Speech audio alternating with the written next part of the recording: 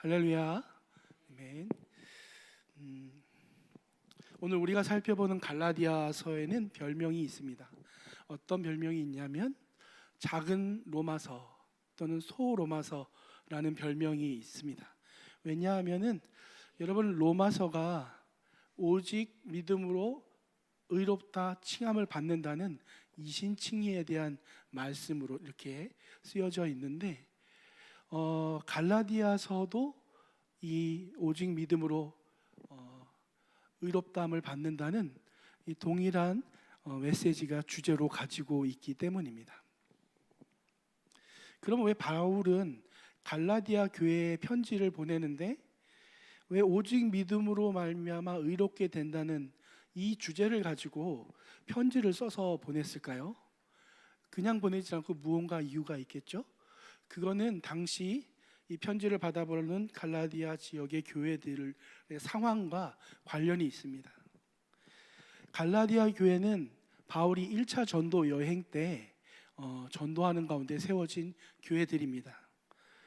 갈라디아는 에베소, 빌립보처럼 도시 이름이 아니에요. 갈라디아는 행정구역 이름입니다. 우리로 말하면 경기도, 충청도 이런 식이죠. 그럼 범위가 갈라디아는 좀 크지요. 1차 선교 여행 때 바울은 이쪽 남부 갈라디아 지역을 이렇게 복음을 선교를 했습니다.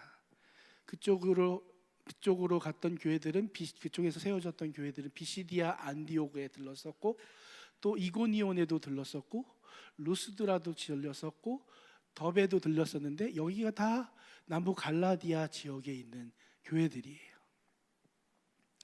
갈라디아 남부에 있는 이 교회들에게 바울이 1차 선교 여행 때 복음을 증거하는데 참 엄청난 고난과 박해 가운데 그 주의 복음을 정말 열정적으로 전했습니다. 이 장면이 사도행전에 나와 있어요. 사도행전 14장에 특별히 루스드라에서 전도할 때 모습이 나와 있는데, 바울이 루스드라에서 이제 전도하고 왔습니다. 근데 바울이 그 전에 안디옥과 이고니온을 들렀다가 복음을 전하고 왔는데, 그 안디옥과 이고니온에서 바울을 쫓아온 유대인들이 있었던 거예요. 바울을 좋아서 쫓아온 게 아니라 바울의 일을 갈면서 쫓아온 유대인들이 그 앞에서 전도했던 이고니온과 안디옥에서 이 루스드라까지 쫓아온 거죠. 그리고 어떤 일을 했냐면, 루스드라 사람들, 이방인들이잖아요. 그 사람들을 충동질을 해서 바울을 돌로 치게 만듭니다. 바울이 돌에 맞고 쓰러지는데 죽은 줄 알고 이 사람들이 성 바깥에다가 던져버리죠. 제자들이 성 밖에 갔을 때 바울이 부스스 일어납니다. 죽진 않고 기절했던 것이죠. 성 밖에는 잘 데도 없잖아요. 제자들이 성 안으로 몰래 바울을 이끌고 들어와서 하룻밤을 유숙합니다. 아마 피도 닦아주고 치료도 해주고 그러면서 하룻밤을 루스드라에서 다시 들어와 잠을 잡니다. 그리고 다음 날이 됐습니다. 그 다음 날이 됐을 때 바울은 어떻게 했을까요? 저 같으면 좀 쉬었다 가거나 좀 몸조리를 조금 더 한다던가 할 텐데, 사도행전 14장의 이 말씀을 제가 한번 읽어드릴게요. 바울은 일어나서 바로 이제 루스드라에서 다음날 일어나서 더베로 전도하러 다시 더베 지역으로 떠납니다. 그 다음 말씀을 읽겠습니다. 복음을 그 성에서 전하여, 그 성은 더베를 말하는 거죠. 많은 사람을 제자로 삼고, 더베 가서 많은 사람이 바울이 복음을 전할 때 예수를 믿게 됩니다. 그리고 루스드라와 이고니온과 안디옥으로 돌아와서 제자들의 마음을 굳게 하여 이 믿음에 머물러 있으라 권하고, 또 우리가 하나님의 나라에 들어가려면 많은 환난도 겪어야 할 것을 가르치니라. 여러분, 더베에서 막 복음을 증거하고 그 다음에 어디로 갔다고 얘기합니까? 루스드라로 다시 갔대요. 거기가 어디예요? 돌에 맞아 죽을 뻔했던 바로 그곳이 루스드라 아닙니까? 그리고 또 어디를 갔대요? 이고니온과 안디옥을 갔대요. 이고니온과 안디옥은 누가 있는데요? 바울을 죽이겠다고 쫓아와가서 루스드라에서 바울을 충동해서 돌을 쳤던 그 유대인들이 돌아간 곳이 다 그들이 있던 곳이 그 이고니온과 안디옥이잖아요. 근데 일부러 그리를 다시 찾아가서 뭐 하냐면 자신이 돌에 맞고 쓰러진 걸 본 그들에게 다시 그들의 믿음이 쓰러지지 않도록 다시 세우면서 예수를 믿는 것, 하나님 나라에 들어가려면은 환난도 받아야 된다라고 하면서 그들의 믿음이 흔들리지 않게 그들에게 다시 복음을 세우는 일들을 바울이 한 것이죠. 여러분, 갈라디아 교회들을 바울이 이렇게 1차 선교 여행 때 이와 같이 헌신적으로 여러분 교회들을 세운 데가 바로 갈라디아 교회입니다. 그런데 그 갈라디아 교회에서 어떤 소식이 들려왔냐면 바울이 이렇게 목숨 걸고 열심을 다해서 다시 또 돌아가서 위험을 감수하고 전한 그 복음이 유대주의 사상에 위협을 받게 된다는 이야기를 들었어요. 다시 율법으로 갈라디아 성도들이 회개하려는 이야기를 듣게 됩니다. 바울이 그래서 갈라디아를 다시 편지를 쓸 때 오직 믿음으로 구원받는다는 이 주제를 가지고 다시 편지를 쓰는 것이죠. 우리 11절을 한번 같이 읽어볼까요? 오늘 본문 11절 시작. 내 손으로 너희에게 이렇게 큰 글자로 쓴 것을 보라. 여러분, 로마 제국이 있던 1세기 때는 대피를 해주는 사람들이 굉장히 많았습니다. 그러니까 편지를 쓸 때 말을 하면 옆에서 받아 적어서 편지를 쓰는 사람들이 있었어요. 아마누시스라고 하는 사람들인데 서기관 같은 사람이에요. 이 사람들이 하는 말은 구술하면 편지를 받아 적는 역할을 하거나 누가 쓴 문장을 다 점검해주고 확인해주는 역할을 하거나 또는 중요한 공문서를 쓰는 역할들을 하는 이런 일들이 널리 포용됐습니다. 그래서 바울도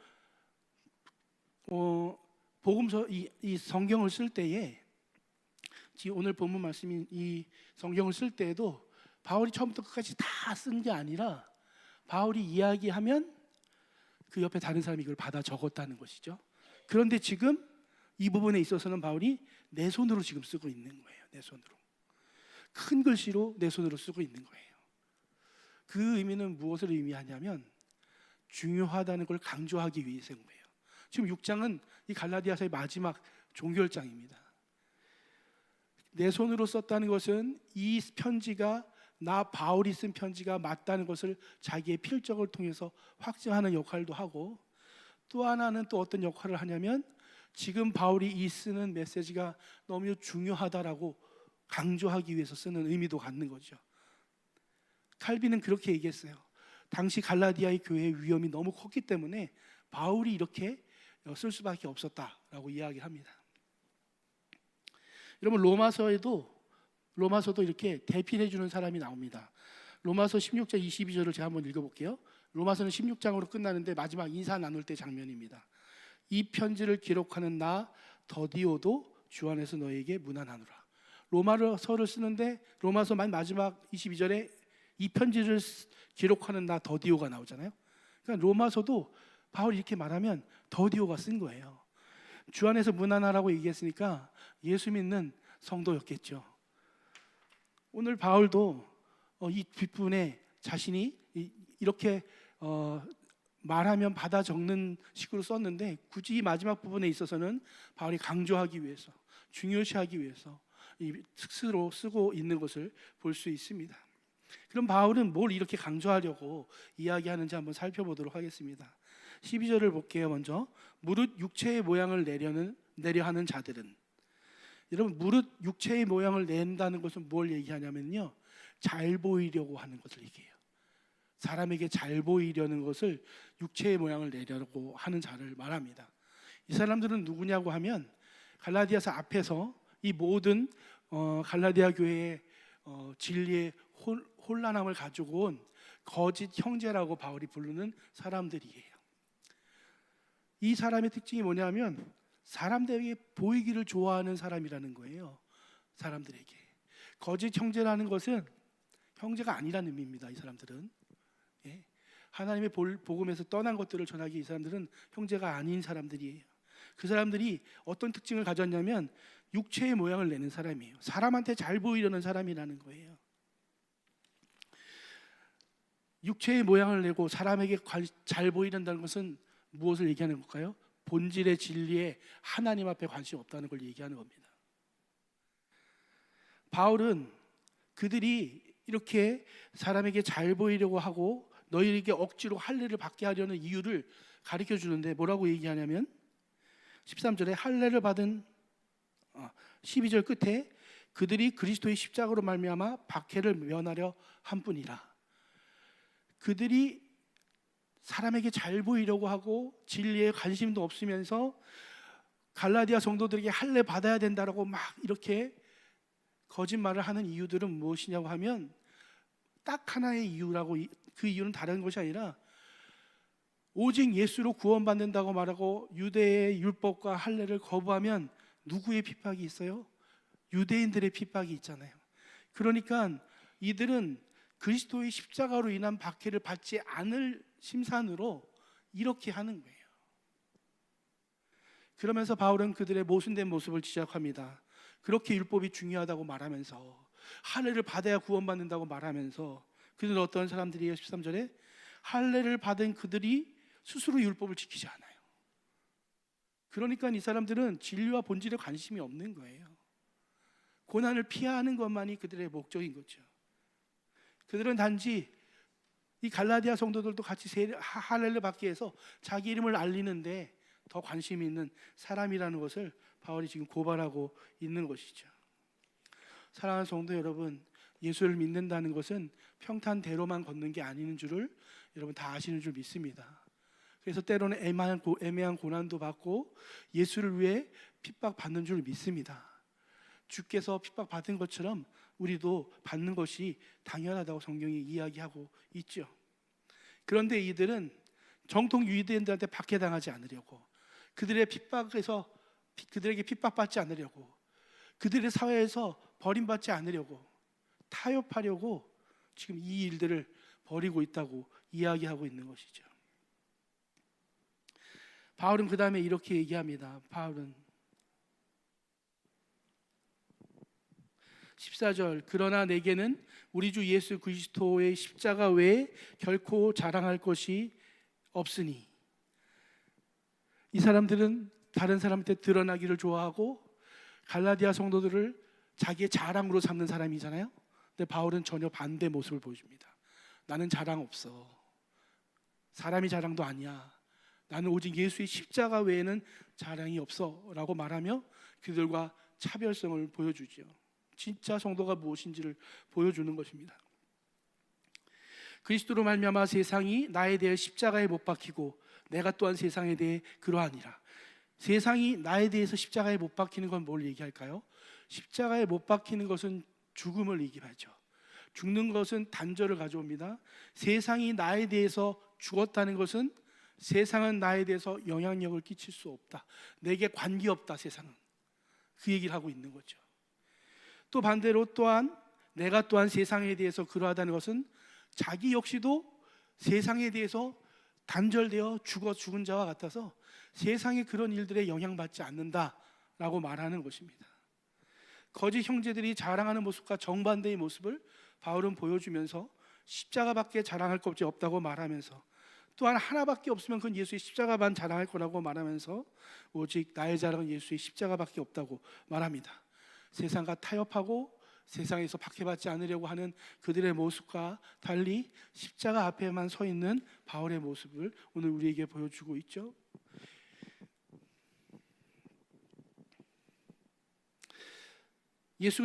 바울이 선포는 결국 오직 예수 그리스도로 말미암아 살아난 사람은 세상에 대해서 고백할 것이 이와 같다는 것을 이야기하는 거고, 예수의 십자가만이 구원이고 생명의 근거가 되기 때문에 다른 어떤 것들도 필요하지 않다라고 이야기하는 것입니다.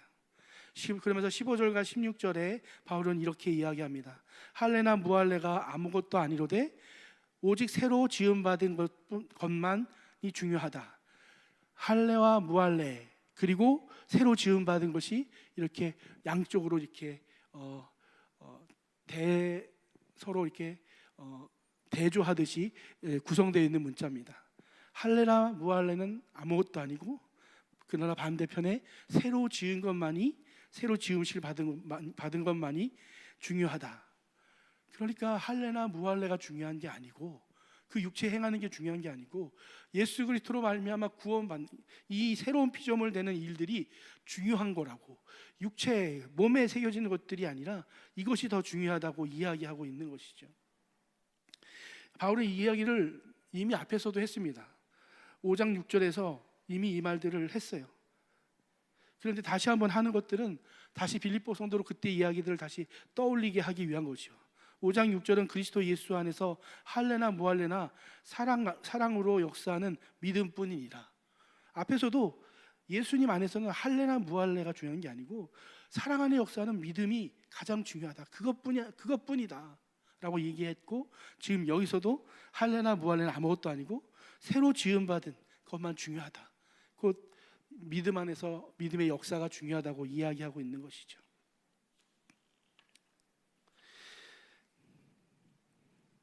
(16절을) 보니까 무릇 이 규례를 행하는 자에게와 하나님의 이스라엘의 평강과 긍휼이 있을지어다라고 말하는데, 여기서 규례는 잣대를 의미합니다. 기준을 의미하는 것이죠.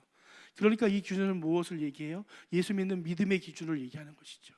할례가 기준이 아니고 다른 어떤 것도 기준이 아니고 오직 예수 믿는 이 믿음이 기준이고, 그럴 때 그 자에게 하나님의 이스라엘의 평안과 긍휼이 있다고 이야기를 하고 있는 것입니다. 그러면서 마지막으로 17절과 18절에 바울이 본문을 이와 같이 얘기합니다. 이후로는 누구든지 나를 괴롭게 하지 말라. 내가 내 몸에 예수의 흔적을 지니고 있노라. 바울이 말합니다. 누구든지 나를 괴롭게 하지 말라. 여기서 괴롭게 하지 말라라는 것은 아주 강력한 어조로 바울이 갈라디아 성도들에게 말하는 겁니다. 괴롭게 하지 말라는 것은 베다, 꺾다, 자르다라는 뜻이니까 얼마나 극심한 괴로움을 말하는 거겠어요? 바울은 갈라디아 성도들에게 통해서 이와 같은 괴로움과 아픔을 당했다는 거죠. 다른 아픔보다 바울이 전한 그 복음, 하나님의 복음을 떠난 그 아픔이 바울에게 무엇보다 더 큰 아픔이었을 것입니다. 그러기에 이와 같이 표현을 하는 것이죠. 바울은 그러면서 뭐라고 얘기하냐면 내 몸에 예수의 흔적을 가졌다라고 말합니다. 여러분, 예수의 흔적, 무엇을 말하는 걸까요? 제가 오늘 말씀의 제목을 스티그마라고 했는데, 스티그마는 새기다, 그리고 찌르다, 불로 지져 표시하다라는 동사입니다. 여기서 흔적은 스티그마타라고 해서 명사형으로 흔적이라고 우리말로는 번역했는데, 조금 더 정확하게는 낙인이라고 표현할 수 있을 거예요. 이 낙인은 로마 시대 때 누가 많이 몸에 새겼을까요? 노예들이 몸에 새겼죠. 왜 낙인을, 짐승에게도 새겼어요. 낙인을. 우리도 소에 이렇게 새기잖아요. 노예들에게 낙인을 새깁니다. 왜 새길까요? 네 주인이 누군지를 새겨 놓습니다. 누군지를. 그러니까 예수의 낙인, 예수의 흔적, 이런 거 말하면 예수가 주인이라는 낙인을 말하는 거죠. 바울은 내가 몸에 예수의 흔적을 가지고 있는데, 그럼 그 흔적이 무엇을 얘기하는 걸까요? 나는 예수, 내 주인은 예수라고 이야기하고 있는 것이죠. 바울은 자기를 노예같이 여기면서 나는 예수 그리스도의 종이다. 나는 예수 그리스도의 종으로서의 낙인을 가지고 있다. 나를 괴롭게 하지 말라라고 이야기하는 것입니다. 그렇다면 예수 그리스도의 낙인, 흔적은 어떤 걸까요? 구체적으로 어떤 굉장히 영광스러운 빛이 나는 것이나 또는 중세 때 말했던 어떤 성흔 같은 것을 이야기하는 걸까요? 여러분, 그렇지 않습니다. 여기서 바울이 말하는 예수의 흔적은 그가 예수를 위해 살면서, 주를 위해 살면서 겪었던 수많은 고통과 고난들을 이야기하는 겁니다. 고린도후서에 그가 당한 고통과 고난에 대해서 이렇게 쓰고 있어요. 유대인들에게 40에 하나 감화매를 5번 맞았으며 3번 태장으로 맞고 1번 돌로 맞고 3번 파산하고 일주일을 깊은 바다에서 지냈으며 여러 번 여행하면서 강의 위협과 강도의 위험과 동족의 위험과 이방인의 위험과 시내의 위험과 광야의 위험과 바다의 위험과 거짓 형제 중의 위험을 당하고 또 수고하며 애쓰고 여러 번 자지 못하고 줄이며 목마르고 여러 번 굶고 춥고 헐벗었노라. 바울이 말하는 자신의 목에 새긴 예수의 흔적, 예수가 나의 주인이라는 증거는 그가 주를 위해 살아온 삶의 고난의 흔적들을 이야기해주고 있는 거예요. 거짓 형제들은 사람들에게 잘 보이려고 고난 안 당하려고 하고 있지만, 오히려 참 성도되며 참 사도된 바울은 오히려 예수의 흔적을, 예수를 위해 당한 그의 모습, 그 주의 삶 가운데 새겨진 수많은 고난을 통해서 거절하지 아니하고 그 온몸에 새기고 있는 것들을 보여주고 있습니다. 그런 의미에서 거짓된 형제는 무엇입니까? 예수의 고난을 피하려고 하는 자겠죠. 그렇다면 참 성도와 형제는 누굴까요? 예수의 고난을 몸에 새기는 자가 참 형제요 성도가 되는 줄을 믿습니다. 여러분, 오늘날 우리는 채찍을 맞지는 않죠. 생명의 위협을 당하지도 않습니다. 그렇지만 내가 예수님 때문에 정직하고자 당하는 손해나 또는 신앙 때문에 조롱을 받는다거나 또 교회를 위해서 흘린 나의 눈물이나 내가 정말로 가난한 가운데서도 주를 위해 드렸던 나의 헌물이나 기도하다가 생긴 나의 무릎에 굳은 살이나 복음을 전하기 위해서 내가 포기했던 많은 것들이나 섬기다가 생긴 나의 피곤함과 질병까지도 예수의 흔적이라고 말할 수 있을 것입니다. 사람은 누구나 흔적을 남기고 살아갑니다. 모래사장을 걸으면 발자국이 남죠. 나무를 자르면 나이테가 남습니다. 얼굴에는 세월의 흔적이 남게 돼 있죠. 우리의 영혼에도 흔적이 남습니다. 돈을 사랑하면 돈의 흔적이 남을 테고, 세상을 사랑하면 세상의 흔적이 남을 테고, 예수를 사랑하면 예수의 흔적이 남을 줄을 믿습니다. 갈라디아 1장 서두는 우리 하나님 아버지와 주 예수 그리스도로부터 은혜와 평강이 있기를 원하노라로 시작합니다. 그런데 오늘 갈라디아 6장의 맨 마지막 절은 또 이렇게 끝나요. 형제들아, 우리 주 예수 그리스도의 은혜가 너희 심령에 있을지어다. 갈라디아서는 은혜로 시작해서 은혜로 끝납니다. 왜입니까? 구원도 은혜이고 자녀됨도 은혜이며 예수의 흔적도 은혜가 아니면 남길 수 없는 것이고, 복음을 위해 사는 것도 은혜이고 고난을 견디는 것도 은혜이고 끝까지 충성하는 것도 은혜이고 모든 것이 은혜이기 때문입니다. 우리는 무엇으로 살아가고 있을까요? 나는 지금 누구의 흔적을 몸에 새기고 살아가고 있을까요? 세상의 흔적인지 예수의 흔적인지 하루하루 오늘 하루 고민해 볼 만한 문제인 것 같습니다. 예수님은 못자국을 가지고 부활하셨습니다. 못자국은 패배의 상처가 아니라 영광과 사랑의 흔적이죠. 우리를 향한. 우리도 언젠가 하나님 앞에 반드시 서게 될 줄을 믿습니다. 그 하나님 앞에 섰을 때 하나님이 찾으신 우리의 모습은 얼마나 뭘 많이 벌었느냐가 아닐 겁니다. 얼마나 예수를 닮았느냐일 겁니다. 십자가는 그런 의미에서 고난만 의미하지는 않습니다. 새로운 창조의 시작이고 하나님의 은혜 안에서 살아가는 새로운 성도의 새로운 삶의 방식이 바로 십자가인 것이죠. 예수의 흔적은 단지 몸에 남는 상처가 아니라 우리의 온 삶에 남겨지는 그리스도의 형상인 줄을 믿습니다.